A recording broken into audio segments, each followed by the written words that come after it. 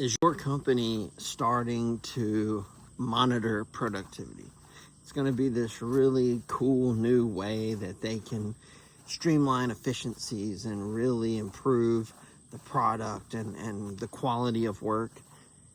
It isn't, right? It's probably a red flag. Probably not a good thing for you. Now, if you're in a job that actually does have productivity, you're building a product, you're in sales, there's literal measures that you can track and monitor, then yes, productivity matters.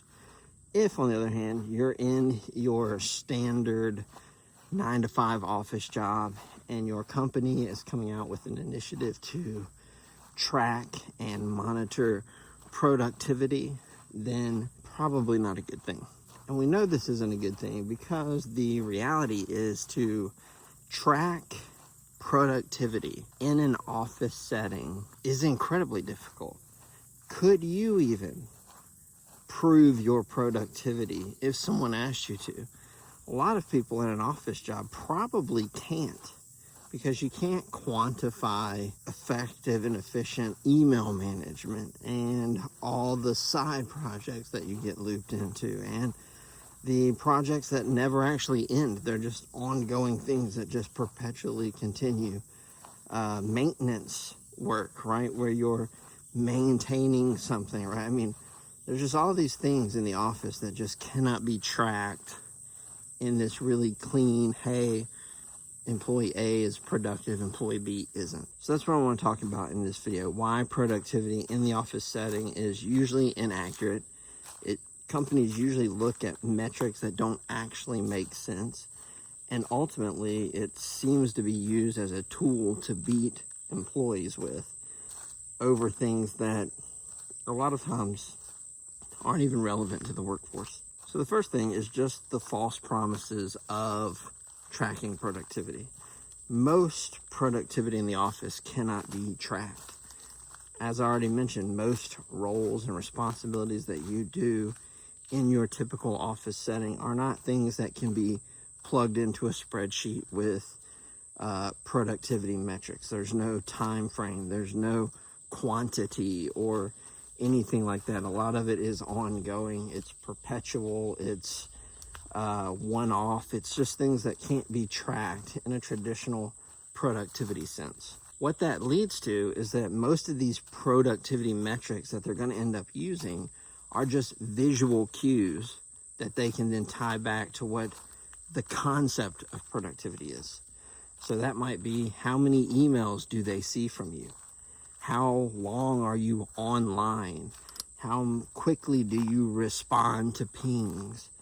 It'll be things like that. Are you in a lot of meetings? Do they visually see you in the office? Those will get mistaken for productivity metrics because it appears that you are productive. And the reality is that when you go with this visual cues, which your company will inevitably do if they're monitoring productivity for an office job, you actually incentivize performance over productivity. And I don't mean performance in terms of literally performing the job. I mean performance in terms of theater. You'll be acting in a way that would indicate that you're productive while simultaneously not being productive because you're busy acting like someone who is productive. So ultimately, productivity will go down, but that's not what they're monitoring. So it really doesn't matter that your productivity goes down. They're looking at the other things. Since we know it's not going to really impact real productivity and actual productivity may really go down, why are they tracking you in the first place? And there's a number of reasons. The first is just an honest misunderstanding of productivity. Might be a genuine attempt to track productivity, and they may have just not thought it through, right? They may have not considered the fact that, how do we track productivity? Is it a good measure? Is it even driving the right behaviors? So an innocent attempt with a stupid idea. Or it's a sinister thing. They're using this to club people into submission to the ways they want you to work. So if it's about emails and metrics and response time, they'll just use productivity as a way of forcing you to be more responsive, to be present more often, be online more often, respond to emails quicker, those kinds of things. And then the third thing is they're going to use these metrics to trim the fat, right? So maybe they've got layoffs coming, maybe they're overstaffed, maybe they need to cut back, and they need to come up with some way of getting rid of people. So they may come up with this idea of tracking productivity so that they can then terminate the least productive people. But as we just stated, what ends up happening is that you don't really get rid of the least productive people. What you end up doing is you get rid of the least performative people, which often is the people who are carrying the load. And you end up with an office full of actors. So if this is happening to you, if your company is going down this route, there are 5 things that I think that you can do to help protect yourself. The first thing is to just stay calm. I think a lot of people panic. You hear about tracking productivity, your mind immediately jumps to, how am I going to do that? How am I going to track productivity?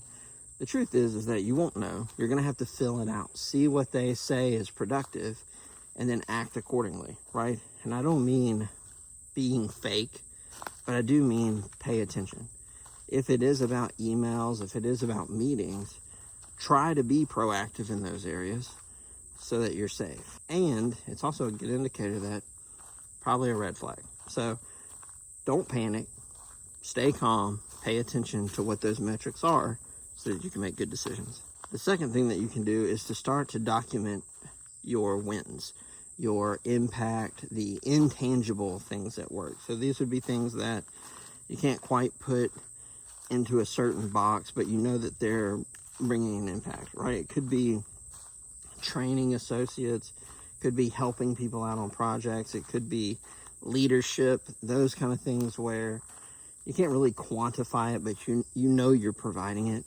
Keep track of those things. The third thing that you can do is keep track of the tangible things, right? Do you have a results-driven job where you can show, I'm getting results, right? I'm getting positive feedback. I'm getting good reviews. I'm getting sales or whatever the case is, right? Can you document all those things?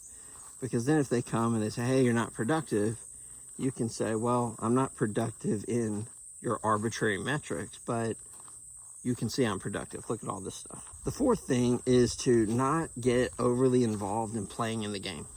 It can feel like, okay, well, if productivity is showing up to meetings and responding to emails quicker, I'll do those things. But you don't want to do those things at the risk of real work. Because if you are carrying a large load of work, productivity won't matter. Good leaders are going to know they can't get rid of you. Even bad leaders will know you can't get rid of the workhorse. And you don't want to let that get to the point where you're the abused workhorse. But you don't want to get so far into playing the game that, you start to lose the quality of work.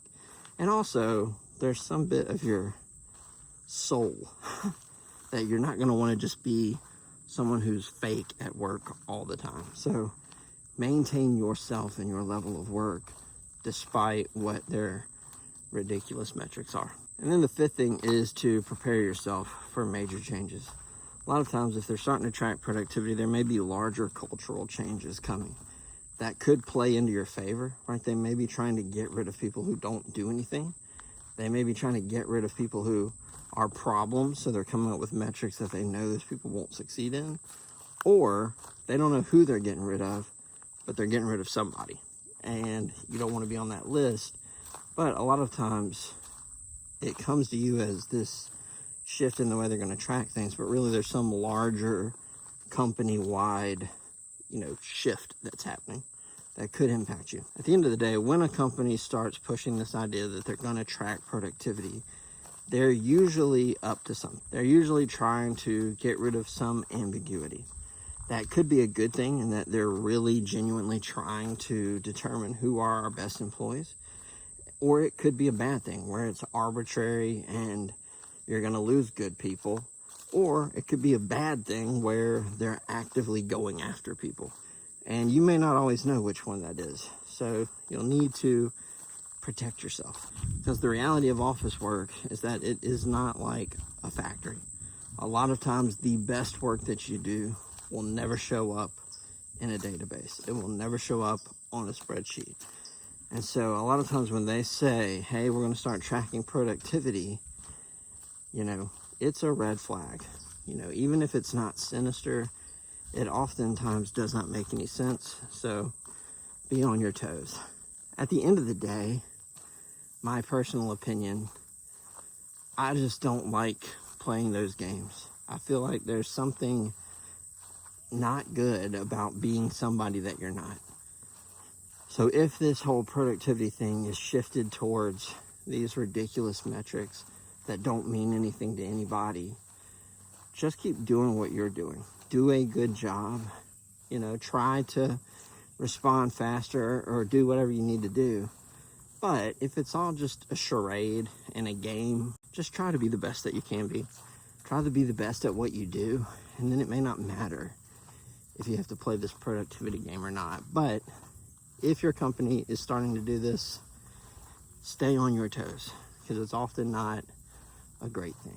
So I hope this helps somebody out there who's going through this. And if you do enjoy this kind of content, please like and subscribe, and I'll see you guys in the next one.